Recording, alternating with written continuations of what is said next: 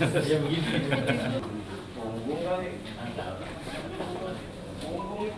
Akan tetapi, oleh karena diakui oleh tergugat, maka bukti P4 tersebut dapat diterima dan menjadi alat bukti permulaan bagi majelis hakim. Catatan penggugat, sepanjang mengenai terjadinya perselisihan dan pertengkaran tak berhasil. Penggugat tetap bersikeras ingin bagaimana dikehendaki pasal 171 ayat 1 dan pasal 172 AIR Yunto pasal. Pedangdut Janeta Janet akhirnya resmi berstatus janda. Setelah kemarin Majelis Hakim Pengadilan Agama akhirnya mengabulkan gugatan cerainya dengan Alif Hedi Nur Maulid. Tapi alih-alih terlihat lega setelah melewati 6 kali sidang, pelantun di reject itu justru berurai air mata pasca palu hakim diketuk. Lantas, apa yang membuat artis kelahiran Bandung 1 Juli 1987 ini menangis? Bukankah sejak awal ia ngotot ingin berpisah dari Alif? Manusiawi lah. Perempuan mana sih yang bercerai terus dia ketawa-ketawa? Nggak ada kan? Walaupun dia jadi seorang penggugat sekalipun, nggak ada.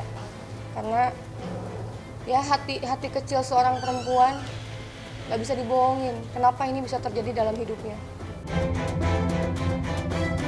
Ya, 10 tahun melewati waktu bersama bukanlah waktu yang singkat.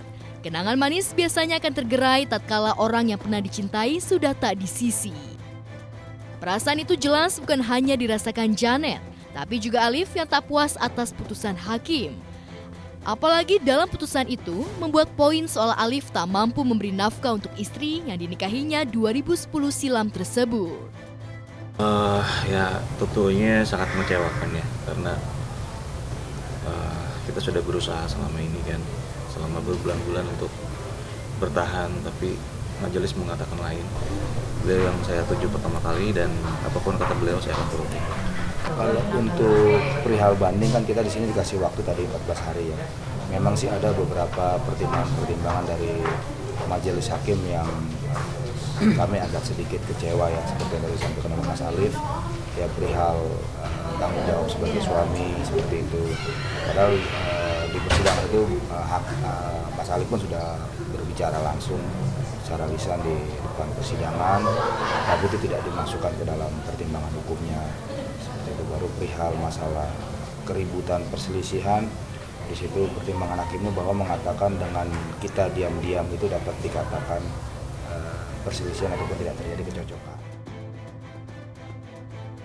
Di tengah luapan kekecewaan Alif atas putusan hakim dan tangis Janet usai resmi menyandang status janda, diam-diam kabar miring menyelinap di balik hubungan retak Janet dan Alif jika Vicky Prasetyo Don Juan asal Bekasi disebut-sebut tengah bermanuver untuk mengkudeta hati Janet dengan melayangkan jurus cinta lewat sebuah hadiah kalung emas bertuliskan 2 huruf VJ alias Vicky Janet. Iya, saya sih cuma hanya dengar aja dan saya harap itu nggak betul gitu kan, karena Vicky maksudnya kan kita kan prosesnya juga masih berjalan gitu ya. Harusnya saling menghargai lah, saling menghormati. Tunggu saya betul-betul inkrah gitu. Silahkan setelah itu. Orang baik itu ya lingkupnya nggak dibatasi dengan status dia, mau status dia single, mau status dia udah memiliki keluarga sebelumnya dan gagal, ya itu udah bagian suratan Tuhan. Dari hati aku yang paling dalam, semoga dapat jodoh beneran sampai jenjang pernikahan, beneran sampai nanti membentuk keluarga yang sakinah mawaddah warahmah.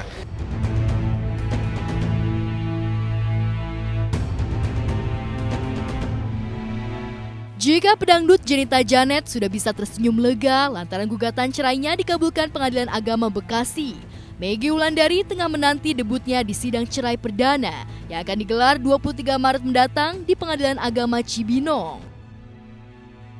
Karena tak mau berbelit-belit dan ingin cepat menjanda, Maggie berharap Kiwil tidak hadir di sidang yang beragendakan mediasi. Menurut Maggie, Kiwil sudah berjanji tidak akan datang di sidang cerai perdana. Lantas bagaimana bila Kiwil berubah pikiran, tiba-tiba datang untuk mediasi dan menginginkan rujuk?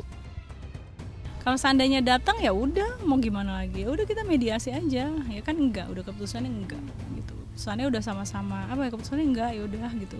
Ya alasannya mempermudah aja, kalau datang kan malah jadi ditanya lagi, dia jawab, nanti kalau dia kayak keberatan gitu nanti akan jadi lama gitu. Kalau aku sih pengennya nggak usah datang aja, jadi bisa berjalan dengan lancar gitu ya, sesuai dengan harapan gitu ya. Intinya gini loh, nggak akan ada yang berubah, hanya saja saya tidak menjadi istrinya lagi gitu. Artinya kalau dari segi waktu, intensitas ketemu kan memang jarang gitu ya. Kalau masalah anak, nggak ada bekas anak-anak tetap dengan porsinya. Anak-anak tidak kehilangan sosok papanya. Ya, keputusan Maggie untuk bercerai dari Kiwil sudah bulat. 17 tahun menjalani pernikahan poligami, Maggie akhirnya harus mengakui bahwa dirinya tak pernah ikhlas berbagi suami. Perasaan itu sudah ia ungkapkan kepada Kiwil sejak 7 tahun lalu. Maggie sempat mengultimatum untuk menentukan satu istri, Rohima atau dirinya. Tapi lantaran Kiwil meminta waktu untuk mengambil keputusan besar, akhirnya Maggie harus bersabar. Hanya saja Januari lalu saat putranya tengah dirawat di rumah sakit, Maggie kembali mendesak Kiwil untuk mengambil keputusan. Begitu sang suami menyatakan bahwa dirinya tak mungkin menceraikan Rohima dan tetap ingin menjadi nakoda untuk 2 biduk rumah tangga, Maggie mantap memilih cerai.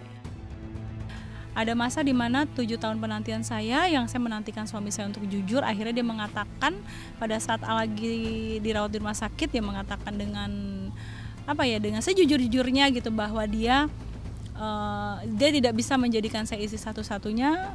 Kalaupun mau tetap berpoligami, terus dia tidak bisa menceraikan Rohimah, dan itu udah cukup bagi saya gitu. Ketika disinggung soal kritikan sebagian netizen yang cenderung memuji Rohima sebagai istri soleha, Maggie tak mau ambil pusing.